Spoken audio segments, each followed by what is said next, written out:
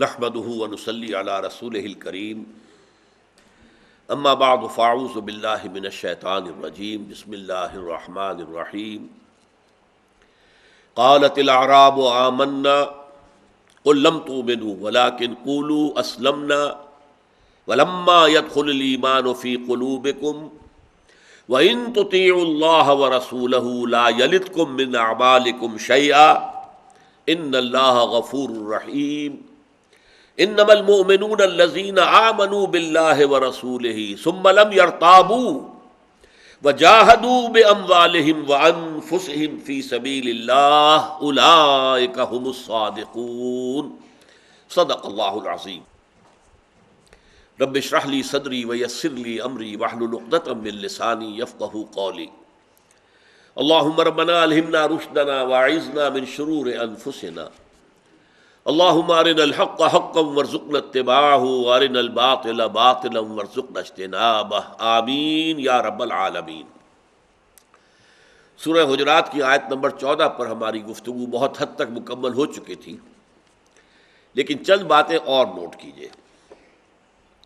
Number ایک یہ کہ اس میں جو یہ کہا گیا ہے کہ اگر تم اطاعت کرتے رہو گے تو اللہ تعالیٰ تمہارے اعمال کو قبول فرما لے گا، اور اس بنا پر رد نہیں کر دے گا کہ تمہارے دلوں میں ایمان تو تھا ہی نہیں، تمہاری نماز میں کیسے قبول کروں، ایمان تو تھا ہی نہیں، تمہارا روزہ میرے ہاں کیسے مقبول ہوگا، ایمان تو نہیں۔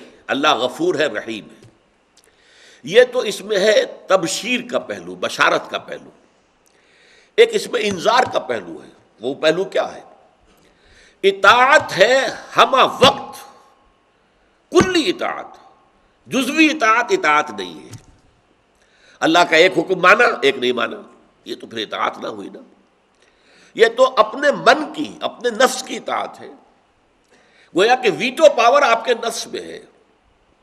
نفس کہتا کہ ہاں یہ حکم تو اللہ کا ٹھیک ہے، لے لو، اس پر عمل کرو، نماز پڑھو، لیکن یہ سود حرام ہے، بھائی نہیں یہ نہیں چل سکتا، یہ نہیں چل سکتا، اس کے بغیر میرا کاروبار کیسے چلے گا، اس کو رد کر دیا۔ یہ اطاعت نہیں کہلائے گی، یہ تو تمسخر ہے، یہ اللہ کے ساتھ مذاق ہے، بازی ریشے بابا ہم بازی، اللہ کے ساتھ مذاق کر رہے ہیں۔ اطاعت وہی ہے جو کلی اطاعت۔ چنانچہ سورہ بقرہ کی آیت نمبر 85 اس میں یاد رکھنی چاہیے۔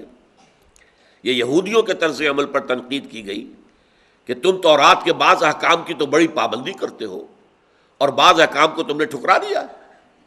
افتؤمنون ببعض الکتاب وتکفرون ببعض، کیا تم ہماری کتاب اور شریعت کے ایک بعض حصوں کو تسلیم کرتے ہو اور بعض کو رد کرتے ہو؟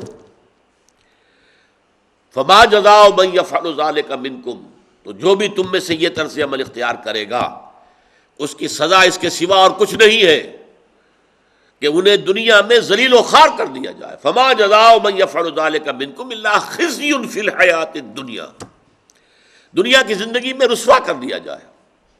وَيَوْمَ الْقِيَامَةِ يُرَدُّونَ إِلَىٰ أَشَدِّ الْعَذَابِ، اور قیامت کے دن انہیں شدید ترین عذاب میں جھونک دیا جائے۔ ذرا الفاظ نوٹ کیجئے۔ وَمَا اللَّهُ بِغَافِلٍ عَمَّا تَعْمَلُونَ، اللہ غافل نہیں ہے اسے جو تم کر رہے ہو۔ یہ تمہارا ہر سال کا عمرہ رمضان کا کیسے ہو رہا ہے؟ حلال کی کمائی سے ہو رہا ہے یا حرام کی کمائی سے ہو رہا ہے؟ تمہارے منہ پر دے مارے جائیں گے یہ عمرے تمہارے، اگر یہ حلال کی کمائی سے نہیں ہے۔ یہ حج ہو رہا ہے ہر سال، کہاں سے ہو رہا ہے؟ اللہ تعالیٰ کی شریعت تو ایک وحدت ہے، پیکج ہے، ٹیک اٹ اور لیو اٹ۔ قبول کرنا ہے تو پورا قبول کرو، نہیں تو جاؤ دفع ہو جاؤ، اللہ کو تمہاری ضرورت نہیں ہے، تمہیں اللہ کی ضرورت ہے۔ تو اطاعت وہی ہے جو اطاعت کلی ہو۔ اس اعتبار سے اس میں ایک پہلو موجود ہے، اور آگے چل کر انشاءاللہ اگلے جو دروس ہیں اسی سورہ مبارکہ میں واضح ہو جائے گا کہ در حقیقت جب اطاعت انسان پوری کرے گا تو ایمان بھی رفتہ رفتہ دل میں پیدا ہو جائے گا۔ یہ بھی در حقیقت اس کا ایک ثمرہ ہے۔ اطاعت کرتے رہو گے، نماز پڑھتے رہو گے تو یقیناً اس کا جو ہے اثر پڑے گا تمہارے باطن کے اوپر۔ اللہ کے احکام پر عمل کرو گے، زکوٰۃ دیتے رہو گے، اور جو احکام ہیں ان پر، اور جو حرام چیزیں ان سے اپنے آپ کو روکو گے، اللہ نے حرام ٹھہرا دی ہے، تو اس سے خود بخود تمہارے دلوں میں ایمان پیدا ہوگا۔ یہ گویا کہ ایمان حقیقی تک رسائی کا ایک راستہ بھی ہے۔ تو گویا کہ یہ زیرو لیول جو میں نے آپ کو بتایا تھا، یہ زیرو لیول ہے اس آیت میں، آیت نمبر 14 میں جو بیان کیا جا رہا ہے کہ تم نہ مومن ہو نہ منافق ہو۔ منافق وہ ہیں جو دھوکہ دے کر کہہ رہے تھے کہ ہم ایمان لے آئے، مومن وہ ہیں جو واقعتاً دل سے یقین کر کے ایمان لے آئے۔ اب بیچ میں وہ لوگ ہیں کہ جو نہ تو دل میں یقین پیدا ہوا ہے نہ ہی وہ دھوکہ دینا چاہتے ہیں، تو وہ زیرو لیول پر کھڑے ہیں، مسلم ہیں، لیکن اس زیرو لیول پر آدمی قائم نہیں رہ سکتا۔ اگر اس کے اندر فرض کیجئے کہ اب جب اس کا حکم دیا گیا زکوٰۃ ادا کرو، اب دل میں جو ہے وہ تلبلاہٹ پیدا ہوئی، یہ کیا ہے؟ قرآن مجید میں سورہ توبہ میں ہے، اعراب میں سے ایسے لوگ بھی ہیں جو زکوٰۃ کو سمجھتے ہیں کہ خواہ مخواہ کا تاوان ہمارے اوپر لگا دیا گیا، اب وہ دل جو ہے وہ اطاعت سے متنفر ہو رہا ہے، تو گویا کہ اب منافقت کی طرف پیش قدمی شروع ہو گئی ہے۔ یا یہ ہے کہ اللہ تعالیٰ اس آدمی نے جو خلوص دل کے ساتھ جو ہے کلمہ پڑھا تھا، تو ابھی ایمان تو اس کے دل میں داخل نہیں ہوا تھا، لیکن اب نماز پڑھ رہا ہے، روزہ رکھ رہا ہے، خوش دلی کے ساتھ زکوٰۃ دے رہا ہے، تو اس سے اس کے اندر ایمان پیدا ہو جائے گا۔ تو یہ زیرو لیول جو ہے یہ پرماننٹ نہیں ہوتا، بلکہ یا ادھر یا ادھر انسان کی جو ہے کوئی نہ کوئی آگے پیش رفت ہونی شروع ہو جائے گی۔ اور سب سے بڑی بات جو میں آپ کو بتا چکا ہوں کہ اس آیت کا اصل اس سورہ مبارکہ کا جو ایکسس ہے، جو عمود ہے، اس سے تعلق کیا ہے کہ اسلامی ریاست میں شہریت کی بنیاد اسلام ہے، نہ کہ ایمان۔ ایمان ہم نہیں سمجھ سکتے کہ کسی کے دل میں ہے کہ نہیں ہے۔ یہی وجہ ہے کہ ایک اہم واقعہ ہوا تھا حضرت اسامہ ابن زید کے ساتھ رضی اللہ تعالی عنہما۔ حضرت زید کو حضور نے اپنا منہ بیلا بیٹا بنایا تھا، اور اسامہ ان کے بیٹے ہیں، تو حضور کو اتنی محبت تھی اسامہ سے کہ جیسے کسی کو شخص کو اپنے پوتے سے ہوتی ہے۔ تو اسامہ کا معاملہ یہ ہوا کہ ایک جنگ میں، ایک جہاد میں، ایک قتال میں ایک کافر کے ساتھ دو بدو مقابلہ ہوا۔ اس کافر نے جب دیکھا کہ اب میری پیش نہیں جا رہی، بس ہو گئی ہے، کلمہ پڑھ دیا، اشہد ان لا الہ الا اللہ واشہد ان محمد رسول اللہ۔ اب اگر ہم بھی ہوتے وہاں اسامہ کی جگہ، ہم بھی یہی سمجھتے کہ اس نے یہ جھوٹ موٹ کا جان بچانے کے لیے کلمہ پڑھا ہے، کیونکہ بے بس ہو گیا تھا، موت نظر آ رہی تھی، لہذا انہوں نے تلوار نہیں روکی، گردن اڑا دی۔ لیکن دل میں دغدغہ سا رہا کہ پتہ نہیں ہے میں نے ٹھیک کیا یا غلط کیا۔ بعض روایات میں آتا ہے کہ حضرت اسامہ نے خود جا کر حضور سے یہ واقعہ بیان کیا، بعض میں آتا کسی اور ذریعے سے حضور کو اطلاع پہنچی اور آپ نے باقاعدہ جواب طلبی کی، اسامہ یہ ہوا ہے تمہارے ساتھ؟ جی حضور ہوا تو ہے۔ اس نے کلمہ پڑھا، تم نے کلمہ پڑھ کے باوجود اس کی گردن اڑا دی۔ اب حضور اس نے جان بچانے کے لیے کلمہ پڑھا تھا۔ حضور نے فرمایا اللہ شققت قلبہ، کیا کیوں نہ تم نے اس کے دل کو چیر کر دیکھ لیا کہ اس میں ایمان ہے یا نہیں ہے؟ یہ بڑے غضب کی کیفیت ہے حضور کی، غصے کی، کہ کیسے تمہیں معلوم ہو گیا کہ اس نے صرف جان بچانے کے لیے کلمہ پڑھا ہے؟ یہ تو تمہارے قرینہ ہے، تمہارا گمان ہے، قیاس ہے، یقین تو نہیں ہے۔ اور کیا کرو گے اے اسامہ قیامت کے دن جب یہ کلمہ تمہارے خلاف استغاثہ لے کر آئے گا؟ اے اللہ میرے ہوتے ہوئے اسامہ نے ایک شخص کی گردن اڑا دی۔ تو یہ ہے اہمیت اسلام کی بھی، یہ نہ سمجھیے کہ اسلام کی کوئی اہمیت ہی نہیں ہے۔ اسلامی ریاست کا شہری جو ہے مسلمان ہے، اسلامی معاشرے کا فرد مسلمان اسلام کی بنیاد پر ہے۔ ہاں آخرت میں سارا معاملہ ایمان حقیقی کی بنیاد پر ہوگا، وہ اگر ہے تو ٹھیک ہے، پھر نجات ہے، کامیابی ہے، فلاح ہے، فوز ہے۔ وہ نہیں ہے تو پھر کوئی نجات کی شکل نہیں ہے۔ اچھا دیکھیے اگلی آیت پر آئیے۔ اب جب آیت نمبر 14 میں یہ بات اس قدر کلیئر کر دی گئی کہ ایمان اور ہے، اسلام اور ہے،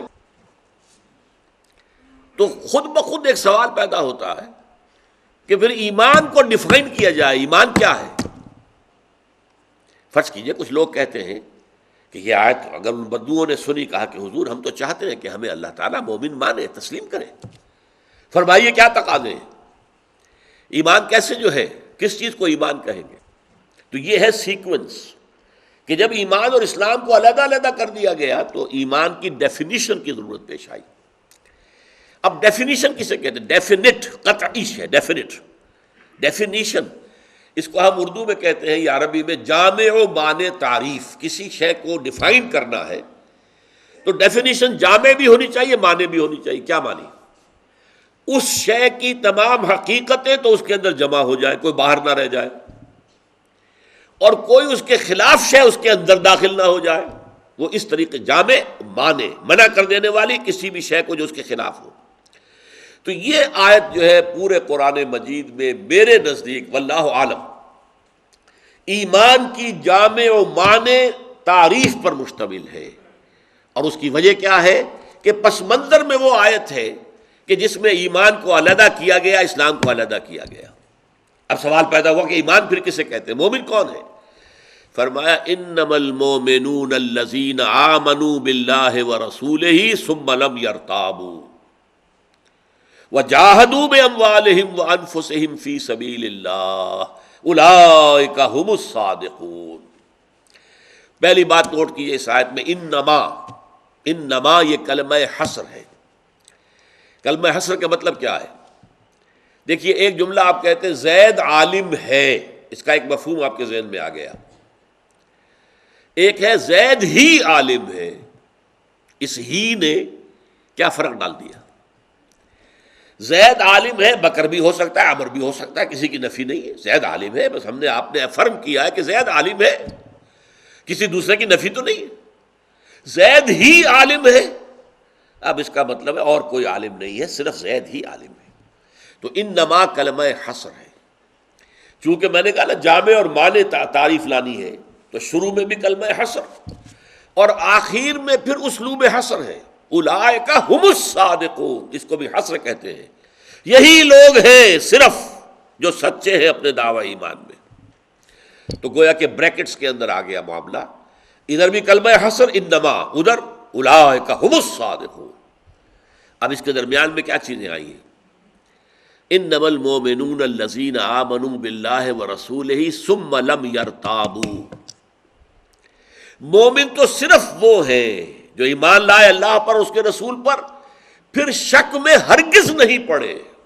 دیکھیے لم یرتابوا آیا ہے، مرتابو نہیں آیا ہے، لم یرتابوا، پھر وہ ہرگز شک میں نہیں پڑے، یقین بن گیا ان کے دل میں۔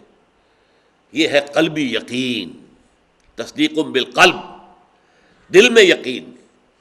ثم لم اور یہ واحد مقام ہے پورے قرآن مجید میں جس میں لفظ ایمان کے بعد ثم لم یرتابوا کا اضافہ آیا ہے، کیونکہ یہاں جامع و معنی جو ہے وہ تعریف دینی مقصود ہے، ڈیفینیشن، اے ڈیفینٹ ڈیفینیشن۔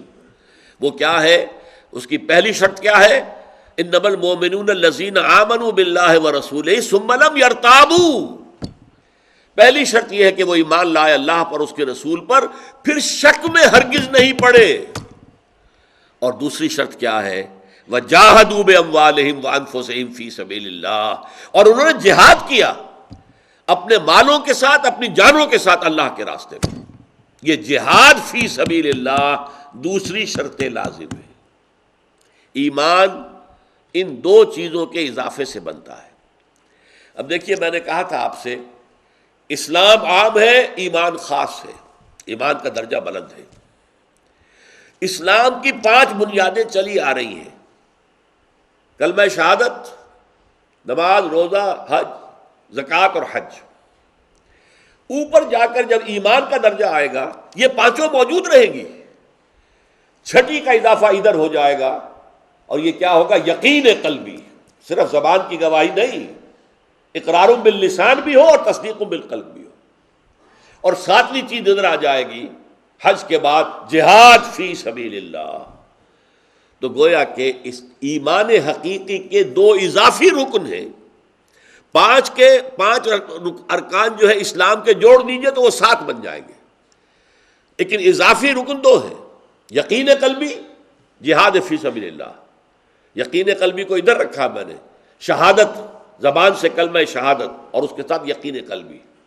اس کو سمجھیے یہ الٹرا وائلٹ اور یہ انفرا ریڈ ہے۔ یہ ریڈ کا لفظ اس لیے کہہ رہا ہوں کہ جہاد، قتال، خونی معاملہ ہے، یہ انفرا ریڈ ہے۔ جو لائٹ اسپیکٹرم ہوتا ہے اس میں بھی آپ کو معلوم ہے کہ ایک طرف جو ہے الٹرا وائلٹ ہے اور ایک طرف انفرا ریڈ ہے، وہ ویزیبل نہیں ہوتے۔ اسی طریقے سے ایمان کی 2 شرائط لازم ہے، یقین دل میں، جہاد عمل میں۔ اولئک ھم الصادقون، صرف یہ لوگ سچے ہیں۔ کہنے کو تو سبھی دعوے دار بن جاتے ہیں کہ ہم ایمان لے آئے، ہم مومن ہیں، لیکن یہ کہ حقیقت میں مومن وہ ہوں گے جن میں یہ 2 چیزیں اضافی پیدا ہو گئی۔ باقی مسلم ہیں، مسلم ہیں، دنیا میں انہیں مسلمان مانا جائے گا، مسلمان کے حقوق سارے انہیں حاصل ہوں گے، مسلمان عورت سے وہ شادی کر سکتے ہیں، مسلمان والدین کی ان کو وراثت مل جائے گی، فوت ہوں گے تو ان کو کفن پہنایا جائے گا، نہلایا جائے گا، دفن کیا جائے گا، نماز جنازہ پڑھی جائے گی، سب کچھ کیا جائے گا۔ سارے دنیا کے حقوق جو ہے مسلمان کے وہ اس کو حاصل رہیں گے، الا یہ کہ ثابت ہو جائے کہ کوئی جاسوس تھا یا یہ کوئی فلاں شخص تھا یا یہ فلاں شخص تھا، الا یہ کہ کسی نے اگر شادی شدہ ہوتے ہوئے زنا کیا ہے تو اسے رجم کیا جائے گا، لیکن اس کے بعد بھی اس کی نماز جنازہ پڑھی جائے گی، اس لیے کہ گناہ کبیرہ سے بھی کوئی شخص کافر نہیں ہوتا، جو سزا اس کی ہے وہ دیجیے۔ چوری پر ہاتھ کاٹ دیا جائے گا لیکن اس کا یہ مطلب نہیں کہ وہ کافر ہو گیا، مسلم تو رہے گا، وہ اسلامی ریاست کا شہری رہے گا، اس کے بعد بھی ووٹ دینے کا حق اسے حاصل رہے گا، اس کے بعد بھی۔ اس حوالے سے نوٹ کیجئے، اسلام ایک لیگل اینٹی ہے جو دنیا میں جس کا فائدہ ہے۔ ہم ایک دوسرے کو مسلمان کی حیثیت سے پہچانتے ہیں، اور جیسے کہ ایک حدیث میں آیا ہے للمسلم علی المسلم ستۃ، ہر مسلمان کے دوسرے مسلمان پر 6 حقوق ہیں، یہ حقوق حاصل رہیں گے سب کو۔ اسے چھینک آئے اور وہ الحمدللہ کہے تو آپ یرحمک اللہ کہیں اسے، یہ اس کا حق ہے، کہنا چاہیے آپ۔ وہ سلام کرے تو اس کا جواب دینے کا آپ پر لازم ہے، آپ جواب دیں اسے۔ وہ آپ کو کھانے کے لیے بلائے تو لازم قبول کریں۔ اس طریقے سے وہ فوت ہو اس کے ساتھ اس کے جنازے میں شریک ہو، یہ حق ہے۔ وللمسلم علی المسلم ستۃ، 6 حقوق جو ہے ہر مسلمان کے دوسرے مسلمان پر۔ اور یہ جو اسلام ہے اس کو نوٹ کر لیجئے، یہ ایک جامد حقیقت ہے، یعنی اس میں کمی بیشی نہیں ہو سکتی۔ فرض کیجئے کہ ایک شخص کے 2 بیٹے ہیں، ایک بڑا متقی، بہت زاہد، عابد، راتوں میں تہجد پڑھنے والا، سب کچھ کرنے والا، ایک فاسق فاجر، نماز 5 وقتہ بھی گنڈے داری پڑھتا ہے، اور اور بھی چیزیں اس کے اندر بری موجود ہیں، لیکن ہے تو مسلمان۔ اب کیا باپ کے فوت ہونے پر متقی کو زیادہ ملے گا حصہ وراثت میں سے اور فاسق کو کم ملے گا؟ نہیں، لیگل لیول پر متقی اور فاسق بالکل برابر ہیں، دونوں کو برابر حصہ ملے گا۔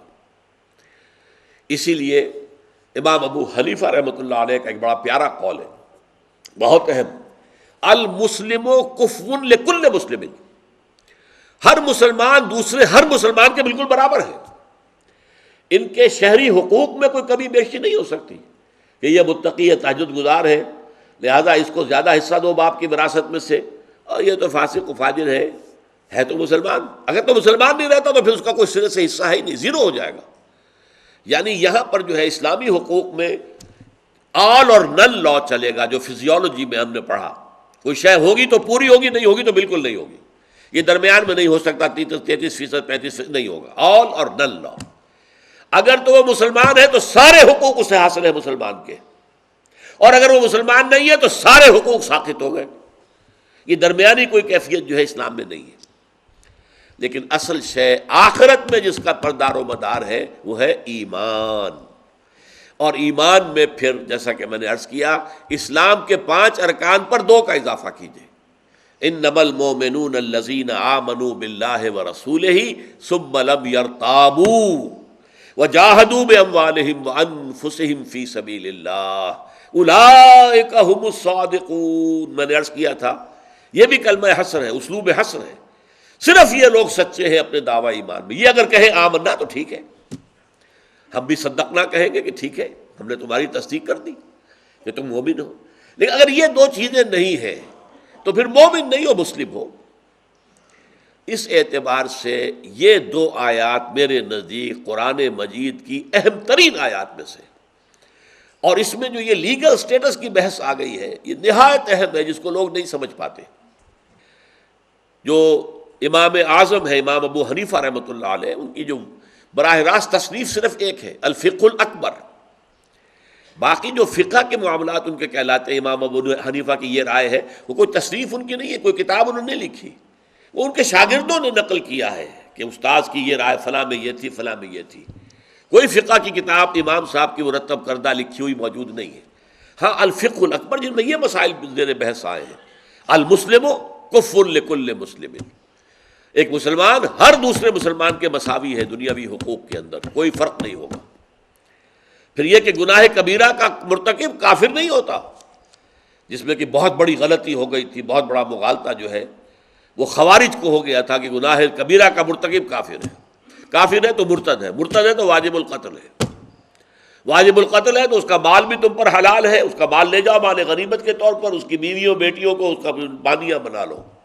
انا للہ و انا الیہ راجعون۔ اتنا بڑا فتنہ جو ہے اور کتنے قریب کے زمانے میں اٹھا ہے، اور وہ لوگ بڑے متقی تھے، بڑے نیک تھے، تہجد گزار تھے، لیکن فکری غلطی جو ہوتی ہے ایک، وہ سارے یعنی نیکی کے باوجود، تہجد گزاری کے باوجود، تمام ان کے جو ہے وہ زہد اور عبادت کے باوجود وہ اس قدر بڑے مغالطے میں مبتلا ہوئے کہ حضرت علی رضی اللہ تعالیٰ عنہ کو ان کے خلاف جنگ کرنی پڑی۔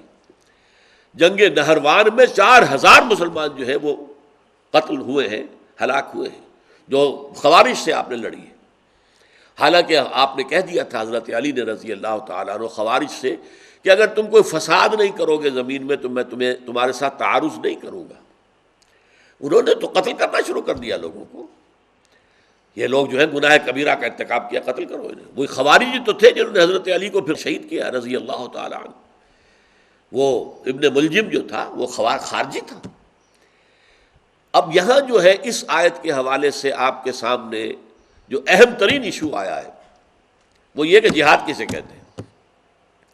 ایک تو بات یہ ثابت ہو گئی جہاد کے بغیر ایمان نہیں ہے، یہ اس کو تو اچھی طرح سمجھ لیجئے، ورنہ یہ آیت بے معنی ہے۔ یا تو اس آیت کو کھرچ دیجئے، قرآن مجید کے صفحات سے نکال دیجئے اگر آپ کے بس میں ہے، یہ آپ نہیں کر سکتے، اس لیے کہ اس قرآن کے متن کا محافظ اللہ تعالیٰ ہے۔ انا نحن نزلنا الذکر وانا لہ لحافظون۔ اس آیت کے ہوتے ہوئے کوئی شخص مومن کیسے ہو سکتا ہے اگر اس کی زندگی جہاد سے خالی ہو؟ پھر مومن تو نہیں ہے۔ اگر وہ ایمان کا دعویٰ کرتا ہے تو جھوٹا ہے۔ اولئک ھم الصادقون، سچے اپنے دعویٰ ایمان میں صرف وہ شمار ہوں گے کہ جو اس شرط پر پورا اترے۔ پہلی شرط دل میں یقین، جس کے لیے کہ ایمان مجمل کے الفاظ میں بڑے خوبصورت جو ہے وہ الفاظ جمع کر دیے گئے کہ آمنت باللہ کما ہوا باسمائہ و صفاتہ وقبلت جمیع احکامہ اقرار باللسان و تصدیق بالقلب۔ میں مانتا ہوں اللہ کو جیسے کہ وہ اپنے اسماء اور صفات سے ظاہر ہے، اور میں نے اس کے سارے احکام تسلیم کیے، سر تسلیم خم ہے۔ میں زبان سے اقرار کر رہا ہوں، یہ شہادت ہے، زبان سے اقرار کر رہا ہوں اور دل سے تصدیق کر رہا ہوں۔ یہ دونوں چیزیں جب شامل ہوں گی اب مومن ہوا انسان۔ جب تک صرف زبانی شہادت ہے، دل کا یقین نہیں ہے تو مسلم تو ہو گیا لیکن مومن نہیں ہے۔ اور جیسا کہ میں نے عرض کیا اہم ترین ایشو اب سامنے آیا ہے جہاد کسے کہتے ہیں، اور ہمارا جو ہے بقیہ منتخب نصاب کا بہت بڑا حصہ در حقیقت اسی حقیقت جہاد کے موضوع پر آگے بات چلے گی کہ یہ لازم ہے۔ اس کے بارے میں بڑے بڑے غلط تصورات بھی آج دنیا میں پھیلے ہوئے ہیں۔ ہم نے اپنے غلط طرز عمل سے جہاد کو بدنام کیا ہے۔ We have brought bad name to جہاد، بدنام کیا جہاد کو دنیا میں، اس لیے کہ اس کی جو شرائط ہے، اس کے جو مراحل ہیں، اس کے جو پری ریکویزٹس ہیں، وہ جہاد کیسے تدریجاً بڑھتا ہے۔ میری تقریریں یہ موجود ہیں آڈیو اور ویڈیو میں، 2 گھنٹے کی تقریریں ہیں، انگلش میں بھی موجود ہے، حقیقت جہاد پر 2 گھنٹے کی تقریر، آڈیو موجود ہے، ویڈیو موجود ہے، اردو میں موجود ہے 2 گھنٹے کی تقریر حقیقت جہاد پر، کہ جہاد کے بغیر ایمان نہیں ہے۔ تو گویا کہ ہر مسلمان کے لیے یہ لازم ہے کہ وہ سمجھے کہ جہاد کیا ہے، اور اس کے لیے میرے یہ cassettes, audio cassettes, video cassettes آپ کے لیے مفید ہیں۔ تو ان 2 آیتوں کے بارے میں جیسا کہ میں نے عرض کیا کہ ان میں ایک طرف تو عظیم حقیقت بیان ہوئی اسلام اور ایمان، اور نمبر 2 ایمان حقیقی کی ڈیفینیشن، اور ڈیفینیشن بھی جامع و مانے، پوری اس کے اجزاء سارے آ جائیں اور کوئی شے باہر نہ رہ جائے۔ اور نمبر 3 یہ بات کہ اسلامی ریاست میں شہریت کی بنیاد ایمان نہیں ہے، اسلام ہے۔ جہاد کے بغیر بھی ایک شخص مسلمان ہو سکتا ہے، مومن نہیں ہو سکتا۔ یہ ایمان اور اسلام کے فرق کو جو ہے یہ چونکہ بالکل ہمارے ذہنوں سے ہے ہی نہیں، یہ بات مترادف سمجھتے ہیں، ہم مانی سمجھتے ہیں ایمان اور اسلام کو۔ اور میں نے شروع میں عرض کیا تھا کہ فی الواقع جو نارمل حالت ہے اس کے اعتبار سے یہ مترادف ہے، دل میں ایمان ہے، عمل میں اسلام ہے۔ اب دیکھیے یہ بھی عمل ہے، شہادت اشہد ان لا الہ الا اللہ و اشہد ان محمد، یہ بھی عمل ہے ایک، میں نے کہا ہے، نماز بھی عمل ہے، روزہ بھی عمل ہے، اور حج بھی اور زکوٰۃ بھی۔ اس عمل کے ساتھ یقین کا شامل ہو جانا اور عمل میں جہاد کا شامل ہو جانا، یہ دو چیزیں جب آ جائیں گی مزید تو اب یہ ایمان ہے۔ اللہ تعالی ہم سب کو مومن ہونے کی توفیق عطا فرمائے۔ اس کے لیے جیسا کہ میں نے عرض کیا ہے، جہاد اس کے مراحل میری تقریروں میں 9 منزلہ عمارت کی جو ہے میں نے مشابہت دی ہے۔ 9 منزلیں ہیں، 3 مین منزلیں اور تینوں کے اندر پھر 3 درجے۔ یہ 9 منزلوں میں 9ویں منزل پر جا کر جہاد قتال بنتا ہے۔ 8 منزلوں تک جہاد ہے، جہاد ہے، جہاد ہے، جہاد ہے۔ جہاد نفس کے خلاف ہے، سب سے پہلے جہاد بگڑے ہوئے معاشرے کے خلاف ہے، جہاد شیطان کے خلاف ہے، پھر جہاد باطل نظریات کے خلاف ہے، گمراہ کن عقائد کے خلاف ہے، پھر جہاد نظام کے خلاف ہے، یہ نظام غلط ہے، اس کو بدلو۔ اس کے لیے جماعت بنانا، طاقت بننا، تاکہ اس نظام کو جڑ سے اکھیڑ کر اور اسلام کے نظام کو قائم کیا جائے۔ اس جد و جہد میں 9ویں منزل پر جا کر قتال کا مرحلہ آتا ہے۔ 15 برس تک حضور جہاد فرماتے رہے، پہلے دن سے لے کر تکلیفیں بھی جھیلی، مصائب بھی آئے، استہزاء ہوا، تمسخر ہوا، پتھراؤ ہوا، 3 سال تک شیب بنی ہاشم کے اندر نظر بند رہے، سب کچھ ہوا، فاقے آئے، تکلیفیں آئی، ابھی ہاتھ میں تلوار نہیں آئی، اینٹ کا جواب پتھر سے دینے کا مرحلہ نہیں آیا، وہ آیا جا کر ہجرت کے بھی 2 سال بعد، پھر وہ غزوہ بدر کے اندر قتال شروع ہوا ہے۔ تو 15 برس تک جہاد جاری رہا، اور قتال جو ہے پھر 16ویں برس سے شروع ہو رہا ہے، 16ویں سے لے کر، اور پھر وہ ظاہر بات ہے کہ آخری وقت تک، آپ کا آخری سال جو ہے سن 9 کے اندر بھی آپ نے غزوہ تبوک اس کا سفر کیا ہے، پھر عین آپ کے انتقال کے وقت میں بھی ایک جیش تیار تھا، جیش اسامہ، ان کی سرکردگی کے اندر، تو پھر قتال چلا ہے۔ لیکن قتال تک پہنچنے کے لیے جو 8 منزلیں پہلے جو ہے وہ طے کرنی ضروری ہے۔ چھلانگ مار کر آپ 9ویں منزل پر نہیں جا سکتے، آپ کو وہ 8 منزلیں جو ہے طے کر کے عبور کر کے پھر جا کر 9ویں منزل پر قدم رکھنا ہوگا۔ یہ بات ہماری نگاہوں سے اوجھل ہو گئی ہے، اور اسی کی وجہ سے آج دنیا میں جہاد بدنام ہو چکا ہے۔ تو اس حقیقت کو سمجھنا، میں نے عرض کیا، 2 اعتبارات سے ضروری ہے۔